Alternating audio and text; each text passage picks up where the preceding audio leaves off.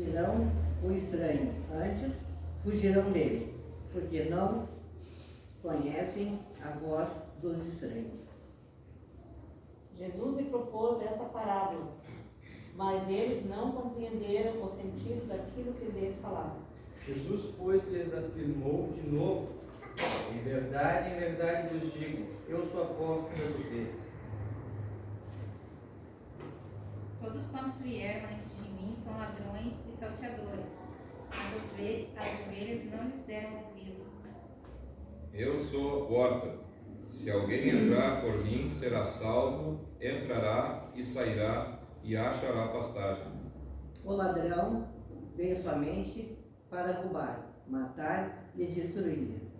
Eu vim para que tenham vida e a tenham em abundância. Eu sou o bom pastor, o bom pastor dá a vida pelas ovelhas. O mercenário que não é pastor, a quem não pertence as ovelhas, vê vir o lobo, abandona as ovelhas e foge. Então o lobo as arrebata e dispersa. O mercenário foge porque é mercenário e não tem cuidado com as ovelhas. Eu sou o bom pastor, conheço minhas ovelhas e elas me conhecem a mim. Amém. Vou ler aqui a introdução, irmãos. Essa talvez seja a simbologia mais querida do Mestre, tendo em vista a sua essência, ou seja, Jesus é o bom pastor e por isso nos remete a sermos ovelhas do seu pasto. Ele tem um aprisco glorioso para todo o mundo, porque Deus amou ao mundo de tal maneira que deu o seu Filho unigênito, para que todo que nele crê não pereça, mas tenha a vida eterna. João capítulo 3, versículo 16. Ele não faz acepção de cor, raça e língua no seu aprisco. Basta crer e tornar-se uma ovelha de seu pasto, pois ele afirma em sua palavra: quem crer e for batizado será salvo. Marcos capítulo 16, versículo 16. Então, irmãos, nessa lição, para nós termos um entendimento melhor do que Jesus estava querendo dizer a respeito e por que ele usou essa linguagem, por que aqui ele usou a simbologia do pastor, né? A gente precisa entender o contexto em que tudo aconteceu, o cenário, o que estava acontecendo, por que Jesus estava em Jerusalém, né? Por que Jesus, nesse contexto, nesse cenário, usou, né, o símbolo de um pastor? E nós vamos ver que Jesus, ele não joga palavras ao vento, né? Ele sabe aproveitar as oportunidades e aplicar isto para que a palavra que ele trouxer vá de encontro ao entendimento e eles venham a compreender, né, o que Jesus está falando, mas é como se fosse aquele tapa de luva de pelica, é com classe, né? Não é um tapa, um soco feio, mas é uma acusação séria, forte, mas classuda, né? Não é de qualquer maneira. E é muito interessante, irmãos, nós vamos ver aqui por que Jesus usou esses termos, né? Por que ele usou essa parábola. O contexto, então, irmãos, da parábola, Jesus ele estava em Jerusalém porque estava ocorrendo ali a festa da dedicação. A festa da dedicação ela era comemorada no inverno e comemorava a rededicação do templo, porque o templo ele foi profanado em 175 a 163 a.C. por Antíoco IV Epifânes, que tomou o templo em Jerusalém, colocou lá uma estátua de Zeus e sacrificou porcos ali no altar, a Zeus no templo, né? E daí então teve toda uma revolta entre os judeus, aí se levantaram os macabeus e conseguiram retomar o templo e fizeram uma festa para rededicar o templo a Deus. E daí, a partir daí, então, os judeus comemoravam, né, anualmente a festa da dedicação do templo. Então, era rememorando esse período da história de Judá, da história de Jerusalém. Algumas coisas que eram observadas durante essa festa, os sacerdotes, eles aproveitavam esse momento para avaliarem como que estava sendo o serviço deles diante de Deus. Qual era o nível de comprometimento que eles estavam tendo, né? E como base dessa avaliação, imagina assim, eu sou um sacerdote aqui no templo. Agora estamos tendo a festa da dedicação. O templo caiu lá atrás, foi porque eles entendiam, né? Foi porque nossos líderes não obedeceram a Deus, não honraram a Deus. Então, eu tenho que agora fazer uma avaliação como é que foi o meu serviço, como é que tem sido o meu serviço durante esse período. E para isso eles utilizavam alguns textos, e o texto principal é Ezequiel capítulo 34. Eles também usavam os textos de Jeremias, no capítulo 23, versículo 1 a 4, Jeremias capítulo 25, versículo 32 ao 38, e Zacarias capítulo 11. Eram os textos que então os sacerdotes eles paravam durante essa festa e meditavam avaliando como tinha sido o serviço deles diante do Senhor. Bom, o contexto que Jesus estava em Jerusalém era esse. Mas lá em Jerusalém aconteceu um outro evento, né? Que Jesus ele viu um cego que estava parado na beira do caminho, não me lembro exatamente o momento aqui que ele estava, se ele estava parado na beira do caminho mesmo, deixa eu ver aqui. Ele viu um homem cego de nascença, caminhando ali, mas não diz exatamente aonde. E daí os discípulos perguntam, né? Mestre, quem pecou? Esses são seus pais? Nenhum nem outro, mas isso é para a glória de Deus, né?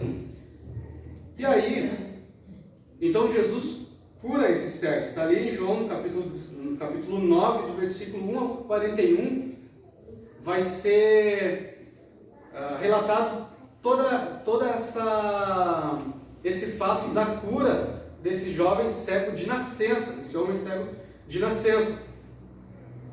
E aí Jesus, nesse momento, o cego, obviamente, ele reconhece que Jesus o havia curado, ele reconhece a Cristo como seu Senhor, só que os fariseus rejeitam a Jesus deliberadamente. Se nós formos ler ali, os irmãos abram por favor aí suas Bíblias em João no capítulo 9, os fariseus eles tentam fazer uma verdadeira cruzada para tirar esse mérito de que Jesus realmente tinha operado um milagre ali na vida desse cego.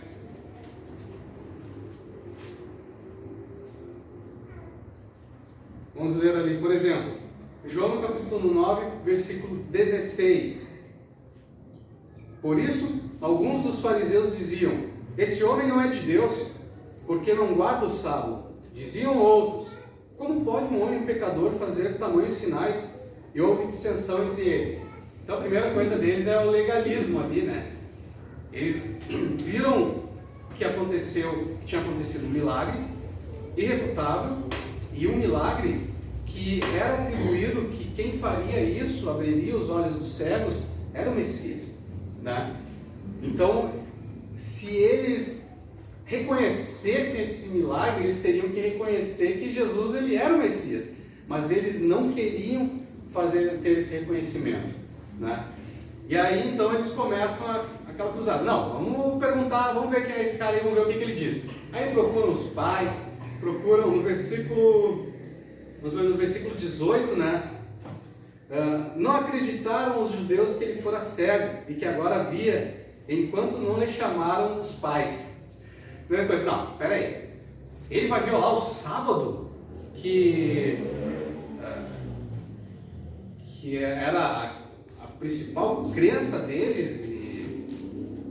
Então como que ele é de Deus se ele vai violar o sábado, como eles tinham falado antes ali? Não importa se o sinal era evidente e estava escrito. A tradição deles era a mais importante, né? E aí então eles tentam procurar o rapaz e os pais dele, é ele mesmo, ele recebe desde nascença mesmo ou ele está se fazendo? Ou foi depois? No versículo 24 também, então chamaram pela segunda vez o homem que fora cego e lhe disseram: dá glória a Deus, nós sabemos que esse homem, Jesus, é pecador, né? Já que os pais disseram: olha, ele é cego de nascença mesmo, nosso filho é cego de nascença, mas se vocês querem saber mesmo, pergunta a ele, porque ele já tem idade. Por quê? Eles mesmos tinham medo de reconhecer que Jesus tinha feito aquele milagre, porque os fariseus iriam expulsar eles da sinagoga. Então eles estavam preocupados ali com as implicações sociais daquela época. Eles não queriam perder aquela vida social ali que era importante para eles. Aí também no versículo 28 e 29. Então aqui os fariseus, né? Já que ele é cego de nascença, dá glória a Deus. Esse Jesus aí, a gente já sabe bem que ele é pecador. Ele não poderia ser esse milagre, né? Então no versículo 28 e 29, os versículos 28 e 29, então o injuriaram e lhe disseram: discípulo dele és tu, mas nós somos discípulos de Moisés, sabemos que Deus falou a Moisés, mas esse nem sabemos de onde é, né? Aquele desprezo, né? Eles não queriam, tipo aquele assim, tá vendo que tá errado, mas não aceita e fica batendo o pé, não aceita, não quero. O Sr. João, que ele dizia que o Douglas, quando era pequeno, né, que ele fazia essas assim, né, que saía, não quero, fazia aquelas murisquetas, né? Os fariseus da mesma maneira, irmãos, não queriam aceitar a evidência que estava diante deles, né? E aí no versículo 40 e 41, eles dizem, né? Alguns dentre os fariseus que estavam perto dele perguntaram-lhe: acaso também nós somos cegos? Respondeu-lhes Jesus: se fosseis cegos, não teríeis pecado algum, mas por que agora dizeis, nós vemos, subsiste o vosso pecado? Jesus ele começa a usar, a partir do versículo 35, né, a alegoria do cego, mas com aqueles que estão cegos espiritualmente, né, não conseguem enxergar as verdades de Deus, as maravilhas de Deus mesmo estando diante dos seus olhos. Limitam o agir de Deus por causa das suas convicções pessoais, sem o embasamento das Escrituras, né? E aí, Jesus ele é muito interessante essa parte, porque Jesus ele fala assim, ele se revelou para o jovem disse que cria nele, né? E Jesus diz no versículo 39, eu vim a este mundo para juízo, a fim de que os que não veem, vejam, e os que veem se tornem cegos. E aí, olha só que legal, né? Os fariseus ali, uns na volta assim, eles entenderam, ele está falando da gente, né? Ele acha que vai ficar assim, não vai ficar assim. Tipo, que ele vai tirar satisfação, né? Tu achou que eu não entendi, mas eu entendi, né? Tá falando da gente aí, né? Acaso nós somos cegos? Né? Tá achando que eu não entendo? Tá achando que eu não sei do que eu tô falando? Em outras palavras, né? Aí Jesus pega eles contra a pé. Se vocês fossem cegos, não teria problema. Mas agora tu tá dizendo que tu vê, que tu sabe, que tu tem a interpretação, que tu está entendendo o que tu está ouvindo, agora o pecado permanece sobre vocês. A própria confissão deles ali condenou eles, né? Porque eles sabiam, eles conheciam, eles estavam entendendo e deliberadamente, de livre e espontânea vontade, eles estavam negando a Cristo. Coisa forte isso, né, irmãos? Por isso que a gente tem que tomar muito cuidado, assim, a gente não engessar a Cristo, né? Não engessar o agir de Deus, né? Ontem o Tiago Monsoni e eu estávamos ali com a irmã Loá, daí ela estava falando da época que ela estava lá em Cachoeira, né? Irmão Rio. E aí coisas que Jesus fazia assim que não precisava as orações de muitas palavras, campanhas, chegava lá, orava em algumas poucas palavras, Jesus fez os milagres, né? E a gente falava que, claro, a gente faz campanhas, ou pega às vezes campanhas como uma expressão de fé, né? Mas a gente sabe que Jesus não precisa que seja 7 dias, é uma expressão da nossa fé. Mas se nós tivermos fé, uma vida de comunhão com Deus, 2, 3 palavras com fé diante do Senhor, em dependência do Senhor, Ele faz o milagre, né? Às vezes a gente engessa a Deus dentro das nossas manias, dos nossos dogmas que são humanos, né? Várias coisas que a gente faz são dogmas e como é que se diz? Tradições, né? Que se criaram nos nossos círculos, né? Mas a gente tem que cuidar para nunca engessar o agir de Deus dentro dessas nossas tradições, né? A gente tem que colocar a palavra de Deus acima disso. Não quer dizer que esteja errado nós fazermos campanhas, né? Tanto que a gente faz. Se estivesse errado, a gente não faria, né? Mas deve haver na nossa vida, ao fazer qualquer campanha, crer que Cristo é poderoso para operar em 2 ou 3 palavras também, né? Mas a gente tem que ver qual é a nossa disposição e como está o nosso coração diante de Deus. Então, irmãos, perfeito, vamos lá. Até aqui, tudo certo? Se alguém quiser fazer algum comentário, é só levantar a mão. E aí Jesus, então, diante de todo esse confronto ali com os fariseus após a cura do cego, aí Jesus ele vem e traz a parábola do bom pastor, né? A gente pode dizer com certeza que é um ato contínuo que Jesus estava falando com eles e já falou para eles ali, naquele mesmo momento trouxe a parábola do bom pastor, porque no versículo 21, os fariseus eles entram em dissensão ali e eles falam, capítulo 10, versículo 21, irmãos. Outros diziam, este modo de falar não é de endemoniado. Pode, porventura, um demônio abrir os olhos aos cegos? Entendeu, irmãos? Então nós podemos afirmar com confiança, convicção, que a parábola do bom pastor está dentro do mesmo contexto do capítulo 9. Tá? E aí Jesus, então, ele começa a trazer a parábola do bom pastor e as suas ovelhas. Ali, João, capítulo 10, versículo 21. E olha só que interessante, né? Jesus, ele vem usar qual era o texto, que era o que eu falei ali, que era o principal texto que os judeus usavam para meditar sobre o seu serviço diante do Senhor, fazer uma avaliação. Ezequiel 34. E Jesus ele vai usar a figura do pastor, que, olha só, coincidência será? No capítulo 34 de Ezequiel, Deus se apresenta ao povo de Israel e ele fala lá a respeito dos maus pastores e apresenta um pastor, e diz lá que ele vai trazer um pastor. Nós vamos falar agora sobre qual é o contexto de Ezequiel 34, né? Então olha como não é despropositado, não é algo de ocasião, não. Jesus sabia exatamente o que estava falando, por que ele estava falando e para quem que ele estava falando, né? Então Jesus ele começa a trazer usa o próprio tema de Ezequiel capítulo 34, né? E fazendo a distinção entre ele próprio, o bom pastor, e os líderes religiosos daquela época ali, que aí ele vai dizer que são vai comparar, né, aos maus pastores. Vamos abrir então essas Bíblias lá em Ezequiel capítulo 34.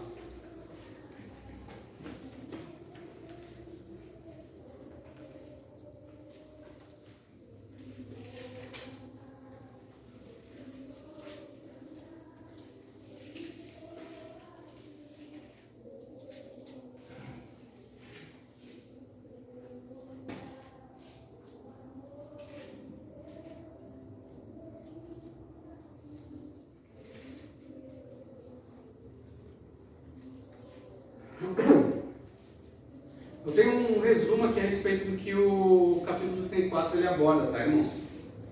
Basicamente, Deus ele vem trazendo ali sobre o povo uma acusação e uma profecia contra os pastores infiéis de Israel.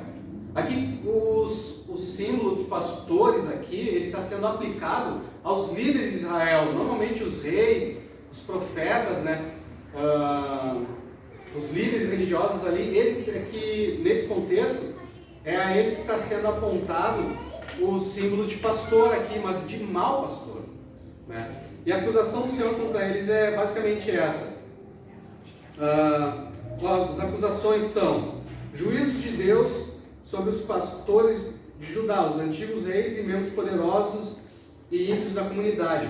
Jesus ele fala ali sobre os maus pastores, ele fala também contra os bodes e contra também as ovelhas gordas que se impunham sobre as magras, né? Então é basicamente aqui os pastores de Judá são os antigos reis e os membros poderosos e ímpios da comunidade são os bodes, e aqueles que tinham poder e influência na sociedade, que tomavam para si todas as coisas boas e deixavam os outros sem recursos, eram as ovelhas gordas, né? Deus ali ele usa o termo assim como as ovelhas gordas sendo aqueles que comiam, bebiam da água, daí pegavam com a água que tinha ainda, pisavam bem, faziam uma lama bem feia, comiam o pasto, depois que estavam bem fartas, pisavam todo o pasto, daí as outras ovelhinhas vinham, o que iam comer? Né? Ficavam magrinhas, que era o restante do povo. Né?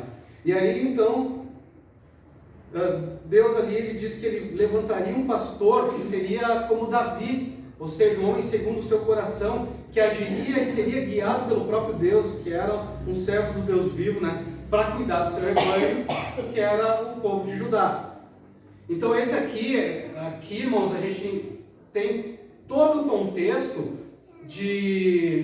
do cenário em que Jesus ele conta essa parábola e por que ele contou essa parábola, né? E agora a gente pode pegar e ter a próxima 1 hora para falar sobre a parábola, né? Vai ser mais rápido. Agora a gente pode falar sobre a parábola em si, né? Então a gente já tem todo um background ali, a gente já conhece todo esse contexto, fica mais fácil de a gente compreender o que Jesus estava falando. Então, o bom pastor. Eu não vou ler a parte da revista aqui, porque senão a gente vai tomar bastante tempo e ainda tem que servir a ceia para os irmãos. O bom pastor. Quando Jesus ele fala ali a respeito dos currais, os currais de ovelhas no tempo de Jesus, eles eram um cercado de pedra não muito alto, seria mais ou menos dessa altura aqui. Eles eram cobertos por ramos espinhosos e com uma abertura só, que seria uma porta, e essa abertura ela podia ser também fechada por ramos. Jesus aqui nessa parábola, então, ele se identifica como a porta e o bom pastor, né? Ele é a porta, é importante o quê? Porque primeiro elas têm segurança para passarem a noite, né? Livres dos perigos, dos predadores, mas também elas não podem ficar ali o tempo todo, elas têm que sair para achar pastagem. Então é interessante, Jesus ele pega e se atribui ali 2 símbolos, né? A porta e o bom pastor. Na porta aqui, todo aquele que passa por Cristo, Cristo ele é a porta, passando por ele nós temos toda a segurança, nós temos segurança e recursos, tudo que nós precisamos, assim como a ovelha precisa de segurança e precisa de recursos, assim também, quando nós passamos por Cristo, o que ele diz na sua palavra? Eu sou o caminho, a verdade e a vida, ninguém vai ao Pai senão por mim. Então, se nós queremos achar boas pastagens, todos os recursos que nós precisamos para a nossa vida, é somente por Cristo. Ele é a porta. Qualquer outro caminho que se passe, ou qualquer outro que venha que não seja pela porta, é ladrão e salteador. E ele diz que ele é o bom pastor, né? Como nós vimos, e a própria parábola se auto-explica, né? É aquele que dá a sua vida pelas ovelhas. Ele vai, se precisar defendê-las dos lobos, ele vai e defende, leva as ovelhas para águas tranquilas, né? As ovelhas, elas não bebem água em correntes que são muito fortes, Eu vi em algum lugar, até procurei para ver onde que eu tinha lido isso, que as ovelhas elas não bebem água de fontes que são muito turbulentas por causa da visão delas, que elas olham aquele movimento todo e se assustam e não bebem a água. Então por isso que é muito importante que o pastor saiba onde levar, procurar uma água que seja mais tranquila, mais serena, para que elas parem e bebam. Se não tiver quem guie elas, não tiver nenhuma água por perto ali, elas vão morrer de sede, porque elas não vão encontrar uma água que elas possam beber, porque quando elas chegar naquela água turbulenta, elas vão fugir e não vão beber água, né? Então a importância que é um pastor dedicado, né? Ao contrário daí, na parte 2 ali, nós temos o ladrão e o mercenário. Assim como em Ezequiel capítulo 34, e aí o que Ezequiel capítulo 34, ele fala a respeito dos maus pastores, que Jesus está aplicando esse mesmo símbolo aos líderes ali, no primeiro momento aos fariseus, né? Mas aos líderes judeus como um todo. Eles exploravam as ovelhas para seus próprios interesses, não se importavam em alimentá-las. Tiravam o leite, a lã e as abatiam, e não zelavam pela sua segurança. E naquele tempo também, irmãos, quando tinham pequenas aldeias, né, eles se juntavam às ovelhas, juntavam os rebanhos dessas aldeias, e eles contratavam um homem para cuidar das ovelhas, né? E aqui acontecia às vezes isso, né? Ele era contratado, as ovelhas não eram dele. Chegava um lobo, o que ele fazia? Corria, ia procurar a segurança dele, né? Vai se meter com o lobo daqui a pouco, levar umas unhadas, uma mordida? Não, né? Então ele não tinha, ele estava ali só por causa do salário, né? Essa questão do mercenário ali, ele está ali só para receber o dinheiro. Agora, se ele tem que ter um compromisso com aquelas ovelhas, não é minha, né? Então não precisa. Assim, então Jesus aqui claramente acusa os líderes judeus de ladrões e mercenários sobre Israel. E olha só como eles vão entender isso. Eles tinham acabado, provavelmente, naquele período, eles estavam lendo Ezequiel capítulo 34, e se os irmãos forem ler ali Zacarias capítulo 11, é mais chapuletado ainda, mais forte. Então eles estavam lendo aqueles textos e eles estavam pensando, o templo só caiu porque aqueles líderes não obedeceram a Deus. E aí Jesus vem agora e diz que ele é o bom pastor e tem os mercenários ali. Algo forte para a vida deles, né? Então, irmãos, aí na parte 3 nós já podemos começar a aplicação, né? Porque o bom pastor, ele vai na frente. Jesus, ele se identifica como o pastor. Ele é aquele que ele reúne as ovelhas com a sua voz. Ele não precisa reunir enxotando, né, empurrando, não. Ele fala e as suas ovelhas ouvem a sua voz e vêm até ele. Né? Eu já falei para os irmãos uma vez aqui, o autor até ele deu um exemplo, né, de alguém ali que falou para ele que viu um pastor beduíno, que é daquelas regiões do Oriente Médio lá, chamando as ovelhas. Aí ele tentou chamar e chamou lá as ovelhas, nem levantar a cabeça, né? Só que aí quando o pastor chamou as ovelhas, chamou pelo nome, todas elas vieram, né? Eu tive a oportunidade de ver isso lá na casa de um tio do meu pai, lá, o seu Delírio, que ele tinha um monte de ovelhinhas lá no morro. Tinha um morro assim, daí tinha uma baixada, depois outro morro maior e umas pedras, bastante pedras assim. Daí eu subi com ele aquele morro lá e eu vi umas quantas ovelhinhas lá. Eu não sei qual é, o que esses bichos têm que eles gostam de ficar em pedra, né? Eles vão subindo, até não tinha. Eu olhei assim, não tinha nada lá que. Não sei que atrativo que elas acham naquilo, né? Aí tá, elas bem de boa lá. Aí ele chegou lá, só deu uma chamadinha assim, eu só vi que elas levantaram e saltando, vieram onde ele estava. É muito interessante ver, né? Então, irmãos, aqui nós temos duas implicações para as nossas vidas, né? Uma implica em nós sermos exemplo e modelo, principalmente para nós que somos líderes aqui, principalmente os obreiros, né? As lideranças em cada departamento. Mas, irmãos, isso se aplica a todos nós como cristãos. todos nós somos chamados como sacerdotes, né? Então é algo que todos nós devemos pensar e aplicar sobre a nossa vida também, né? Que tipo de pastor eu tenho sido junto aos meus irmãos aqui? Como que eu tenho tratado os meus irmãos? Como que eu tenho tratado aqueles que entram aqui, enfim, né? Para isso nós temos como base ali para nós meditarmos o texto que o autor até traz aqui, 1 Coríntios capítulo 11, versículo 1. Vamos ver, né?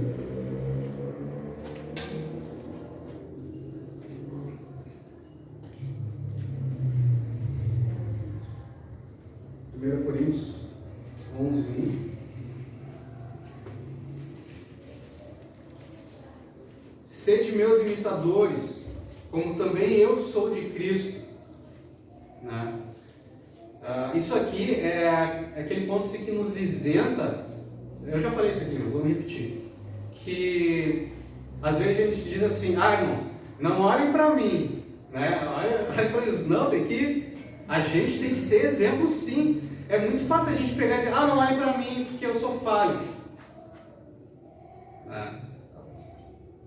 Quer dizer então que eu não quero assumir um compromisso de ter uma vida que seja uma vida que imite a Cristo, né? A gente se isenta porque daí já dá aquela isentada assim, já para não ter que levar talvez as coisas muito a sério daqui a pouco, né? Porque já dei aqui a minha carta de isenção. Imagina assim, alguém que é chamado para consertar um avião, né? Ele vai lá para consertar a janela do avião. Ele vai lá e diz aqui: não, eu conserto.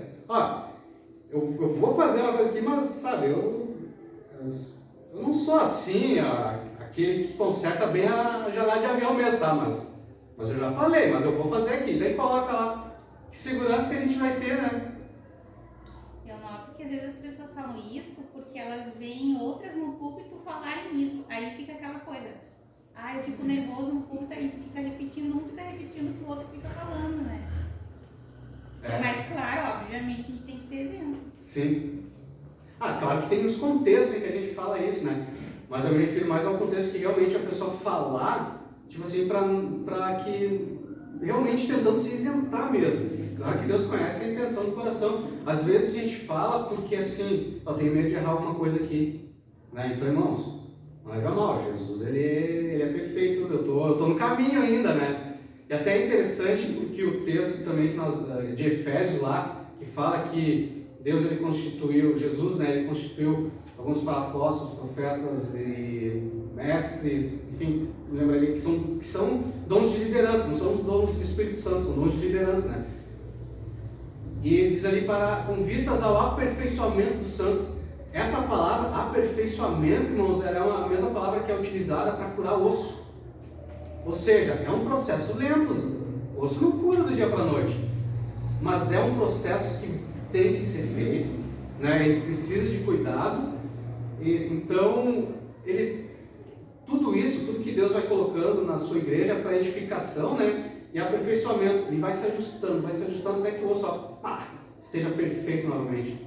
Eu acho que está um pouco dentro do que a Marisa falou, né? A gente cansa de ouvir discurso, né? Irmão, espera de mim que mim não tem nada. Então desce, senta e vai ouvir, e deixa alguém que tem subir para ele, né? Porque estudou, leu, jejuou, orou, tem. Deus vai te usar. Sim. A parte que tu fez, Deus vai fazer a parte dele. Lá na porta formosa, Pedro e João. Não tenho ouro nem prata, não tenho recurso humano, mas o que eu tenho, eu dou. Eu vou ligando em nome de Jesus. E aí aconteceu. Então a gente tem sim, se a gente ora, se a gente busca, se a gente jejua, a gente tem aquela parte de investimento que a gente está investindo, buscando as coisas de Deus para a vida da gente, né? Então, a gente aprenda a não dizer que não tem. A não ser que a gente não jejuou, não ora, não busca, aí tem que dizer, aí está no lugar errado também, né? Está ali. Mas se preparou, buscou, consagrou, estuda a Bíblia, lê a Bíblia. Errar, a gente pode errar, mas a gente se esforçou, se preparou. Ninguém é perfeito, não é essa a ideia, né? Embora Deus diz Abraão, né? Anda na minha presença e ser perfeito. A gente tem que buscar isso, A né? régua de Deus é alta. Mas imagina se Jesus dissesse, não, Abraão, tu já está perfeito, cara, pô, precisa mais nada. É a mesma coisa também, é aquela história que tu vê um falando, aí o outro vai falando. A pessoa também tem eu creio até que eu já cometi isso, né? De falar assim, eu não sei por que eu tô falando isso. Se tu tá no culto, é obviamente o Espírito Santo que tá te falando. Então eu acho que é uma coisa errada a gente falar, que a gente fica nervoso, né? E quando a gente fica nervoso, a gente fala. Por mais que Deus tenha misericórdia, usaria a gente, né? Eu sou totalmente nervosa, meu Deus do céu, né? Às vezes a gente começa aí, eu não sei porque eu tô falando isso. Se tu tá na presença do Senhor, obviamente que é Deus, né? A gente tem muitos jargões que se popularizaram no meio evangélico, né? E a gente vai repetindo, e às vezes a gente não se dá conta. Mas por que eu estou falando isso? Né? Será que o que eu estou falando, estou repetindo, ele faz sentido? Né? Agora imagina se alguém está ligado e ouve realmente. A gente é uma pessoa que a gente entende quando uma pessoa chega aqui e fala, irmãos, não espere nada de mim, né? Ou não olhem para mim. Quando a gente conhece a pessoa pessoalmente, a gente sabe, ela está falando isso numa expressão de piedade, de que ela a glória é para o Senhor, né? Aí está sendo piedoso. Agora imagina que vem alguém de fora aí, né? Não tem, toda pessoa fala isso. O que eu estou fazendo aqui então? Pensando, será que tem uma palavra de Deus? No sábado aqui eu estava falando pro rapaz aqui, pro Walter, que é o esposo da irmã Mary, né? Ele falou, não vindo aqui, ele se gostou, você vem aqui que ele chegou em outro lugar que não gostou, que achou estranho, mas gostou, né? Vem, aqui tu vai ouvir uma palavra de Deus mesmo, sem filo. Aí chega e eu não tenho nada, né? Ela falou, mas tinha me falado ali que... Aí... Eu acho que às vezes o nervosismo sim, mas já é se justificando para caso não consiga pregar ou caso não aconteça nada no culto, quando ela estiver pregando, não aconteça depois. Na realidade, a gente não faz nada, quem faz é o Espírito de Deus. Sim. A gente estuda, se prepara, essa é a nossa parte. A gente busca o que vai acontecer ou o que não vai acontecer. A obra de Deus, a igreja de Deus, a palavra de Deus, nós somos o Senhor. Então, a gente faz a nossa parte, Deus faz a nossa. Tudo certo. Mas a gente tem que ter muito consciente, né, irmãos? Isso, né? De que nós devemos, as pessoas devem olhar para nós sim.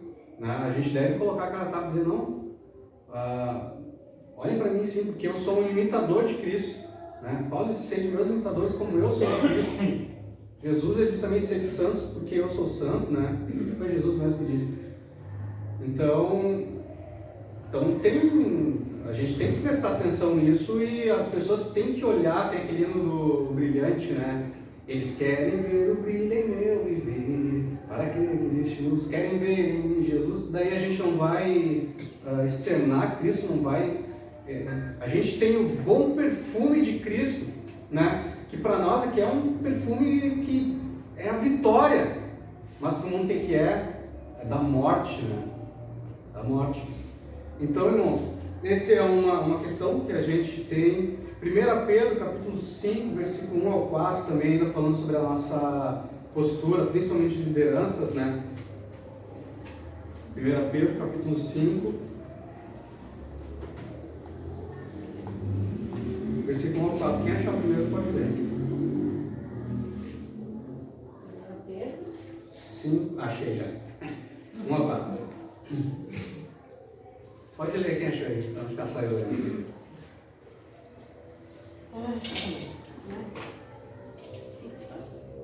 Um ao 4. Aos anciões que estão entre vós, admoesto eu que sou juntamente com eles, ancião e testemunha das aflições de Cristo, e participante da glória que se há de revelar. Apacentai o rebanho de Deus que está entre vós, tendo cuidado dele, não por força, mas voluntariamente, nem por toque de ganância, mas de ânimo pronto, nem como tendo domínio sobre a herança de Deus, mas servindo de exemplo ao rebanho. E quando aparecer o sumo pastor, alcançareis a incorruptível coroa da glória. Amém. Como que a gente tem que se apresentar, né? É interessante, assim, que às vezes a gente acha que, se falou para o ser encarregado, ou né, não ser evangelista, por imposição, obrigação. A palavra de Deus é que não adianta ser assim por obrigação, né? A gente tem que reconhecer, o Senhor vai falar conosco também, né? Porque isso já seria um problema, a pessoa ir fazer uma obra, né, obrigado, não quer. Uma coisa é a pessoa que realmente reconhece, não é para mim, né? Agora, a pessoa que não quer fazer nada é outra história, né? Mas, porque nós somos chamados para o trabalho, mas esse é outro assunto. Mas agora, não é para ser, aqui na minha versão, diz assim, para pastorar rebanho, mas não por constrangimento, ser constrangido, né? Mas espontaneamente, como Deus quer, né? Mas também não é para ser por sorte da ganância, mas de boa vontade, né? Tem algo para oferecer, tem algo, eu quero, eu sei que Deus pode me usar, eu creio, né? Nem como dominadores dos que vos foram confiados, antes tornamos aqui, tá? O que é? Modelo, né? Não é a gente pegando e querendo comando controle, né? Tem empresas, o Álvaro até já relatou, a empresa lá que às vezes vem dessa maneira, né? Não. Como é que é aquela frase? Manda quem pode, obedece quem tem juízo. Às vezes nas igrejas quer que seja assim, né? Carteiraço aqui já era. Não é para ser assim, não é assim. Quer que a igreja haja de uma certa maneira, tenha bons princípios, né? O que a Bíblia nos ensina, né? Que nós sejamos modelos para o rebanho, né? É isso que nós temos que fazer, nós temos que procurar sempre nos tornar modelos. E assim, cada um de nós, né? Que se nós queremos que algo aconteça, algo venha a se tornar também uma virtude na igreja, nos outros irmãos, nós temos que ser esse modelo também, né? Não adianta daqui a pouco a gente só querer exigir, mas daí a gente vai olhar, mas eu não sou um modelo, né?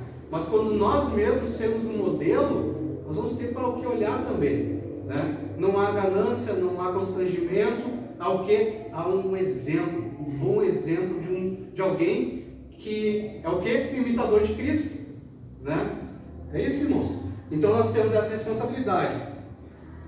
E aí entra também a outra responsabilidade que nós todos somos sacerdotes, muitos aqui são líderes, né? Mas nós também somos ovelhas, né?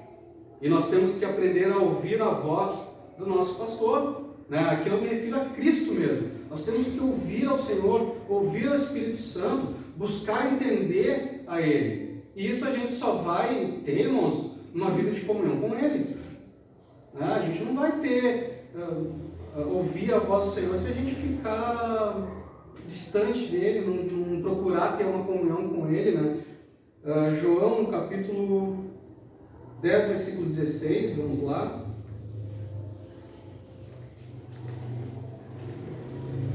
Estava marcado aqui. João 10, 16 diz assim: ainda tenho outras ovelhas, não deste aprisco, a mim me convém conduzi-las, elas ouvirão a minha voz, então haverá um rebanho e um pastor.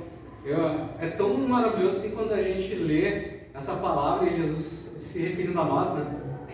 Tem ovelhas que ainda não são desse aprisco. Aqui, ó. Jesus me alcançou, né? Isso é maravilhoso, né, irmãos? E aí, glória a Deus. E aí também, versículo 26 e 27. Mas vós não credes porque não sois das minhas ovelhas. As minhas ovelhas ouvem a minha voz. Eu as conheço e elas me seguem, né? Se a gente não ouvir, se a gente não crer, né, na palavra do Senhor, no agir de Deus, não obedece à sua vontade, é sinal de que nós não somos suas ovelhas, né? Mas se nós somos suas ovelhas, nós ouvimos a sua voz. Então nós temos essa nossa dupla identificação, né? Como nós temos que agir como pastores, né, como lideranças, e como nós temos que agir como ovelhas também. E é ouvir o nosso pastor que vai ser as nossas atitudes, como a gente vai guiar o rebanho também. A gente não pode guiar por nós mesmos, né? Imagina que tragédia que é a gente querer guiar as coisas segundo a nossa própria vontade da igreja. Isso é uma derrota, né? Mas quando nós buscamos a orientação do Espírito Santo, ouvindo a voz do nosso sumo pastor, está lá, né? Até o dia que nós vamos encontrar com ele, a história vai ser outra. Ele vai conduzir todas as coisas. Para concluir aqui, irmãos, devemos estar comprometidos como verdadeiros pastores, segundo o exemplo de Cristo, no cuidado uns com os outros, sempre tendo os ouvidos atentos à sua voz e orientação. Cristo nos conduzirá ao banquete na glória. Isso aqui é referente ao Salmo capítulo 23, né, do versículo 5 ao 6. O salmista ele coloca ali toda a confiança que ele tem em Deus, né, se colocando como ovelha. E como nós vimos aqui toda a simbologia do que a ovelha precisa, né, olha como é importante, como ele reconhece assim, o Senhor é aquele que cuida de mim em todos os aspectos que são necessários para a minha vida. E ele termina nos versículos 5 e 6 dizendo que o Senhor prepara uma mesa perante ele. Olha só, os irmãos já pararam para imaginar essa cena? Preparar uma mesa para ele ali, na presença dos inimigos. Os inimigos eles estão ali olhando, mas não podem fazer nada. Eles só podem contemplar, né? Porque o Senhor preparou aquele banquete ali, nós temos toda a segurança para estar ali. Por fim, daí até que nós tenhamos o cumprimento, né? Que nós vamos ter esse banquete no céu com o Senhor. Apocalipse, capítulo 19, versículo 9.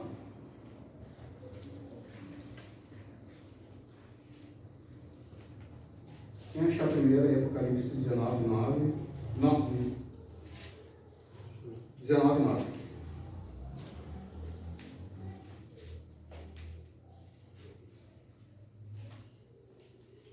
Então me falou o anjo, escreve, bem-aventurado aqueles que são chamados à ceia das bodas do Cordeiro. E acrescentou, são essas verdadeiras palavras de Deus. Amém. Glória a Deus. Bem-aventurados, né? Mais do que felizes aqueles que são chamados à ceia das bodas do Cordeiro. Vai chegar esse dia, irmãos, se nós permanecermos em obediência, firmes, né? Constantes, abundantes na obra do Senhor, nós vamos estar nesse banquete, nós vamos ser esses bem-aventurados, né? Que vamos estar na ceia do Cordeiro. Amém, irmãos? Essas palavras que eu queria compartilhar com os irmãos. Alguém gostaria de comentar mais alguma coisa? Para que não soe. Então tá, irmãos. Que Deus abençoe os irmãos, que os irmãos possam meditar. Eu recomendo muito que os irmãos leiam os textos de Ezequiel, capítulo 34, Jeremias, capítulo 23. Pode ser o 23 ou 25, os irmãos podem ler. E Zacarias, capítulo 11, irmãos. É muito forte. Então tá, irmãos, vamos passar aqui.